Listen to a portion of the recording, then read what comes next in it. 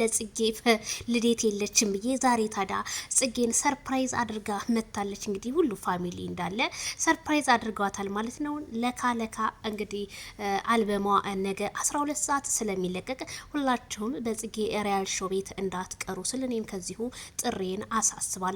ማለት እንደ ኢትዮጵያዊነታችን መተጋገዝ ባህላችን ነው። እሷም ደግሞ እንግዲህ ሁላችሁም ጋር ይድረስ ብላለች። ጽጌ ችግር የለውም እናደርሳለን። ጽግሻዬ እንኳን ደስ ያለሽ ብለናል። በዚህ አጋጣሚ የሰው ልጅ ለፍቶ ልፋቱ ውጤት ሲያገኝ በጣም ደስ ይላል ማለት ነው። አንቺ ደግሞ በጣም እንግዲህ ለማግኘት በጣም በሀገርሽ ላይ ሆነሽ ብዙ ብትሰደቢም ብትተችም ያው እንደ ኢትዮጵያዊነታችን እንሰርብሻለን እንተችሻለን፣ ግን ትጥሪያለሽ። መጣርሽ ደግሞ በጣም ጀግና ሴት ነሽ ብዬ እኔም ከዚሁ እንትንልሻለሁ ማለት ነው።